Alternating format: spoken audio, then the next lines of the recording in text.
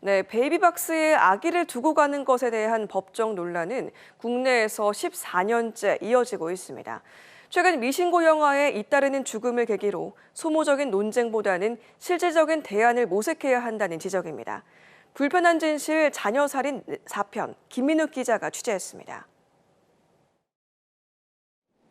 지난 2017년 5월 A씨는 출산한 아이를 경기도 군포시 베이비박스에 두고 갔습니다.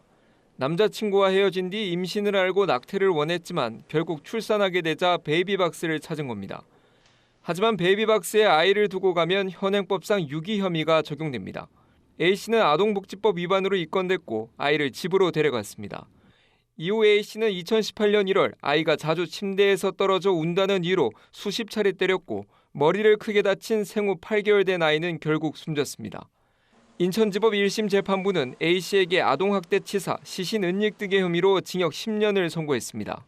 어쩌면 보호받을 수 있었던 아동을 보호하지 못한 게 아닌가. 지난 2009년 서울의 한 교회에서 처음 운영을 시작한 뒤 베이비박스 논란은 국내에서 14년째 이어지고 있습니다. 찬성론자는 아이의 생명을 지킬 수 있다는 점을 강조하고 반대론자는 아이를 쉽게 버리게 될 것을 우려합니다. 본인 이름으로 출생신고하기 어려운 사정. 또 거기 오신 분들은 상당한 용기가 있는 분이고 생명을 소중히 여기는 분들이에요.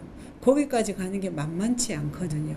실제로 베이비박스는 1차적으로 아기가 유기가 되는 상태이고 가급적이면 이런 베이비박스 찬반이 엇갈리는 가운데 익명이 보장된 위기 임신과 출산을 지원하려는 시도는 민간에서 먼저 시작됐습니다. 지난 2009년 운영을 시작한 부산 홍법사 행복드림센터는 위기 임신과 출산 과정을 보호하고 있습니다. 누구에게도 임신 사실을 털어놓기 어려운 산모는 이곳에서 안정을 취하며 상담받을 수 있습니다. 지금까지 27건의 상담과 지원이 이뤄졌습니다.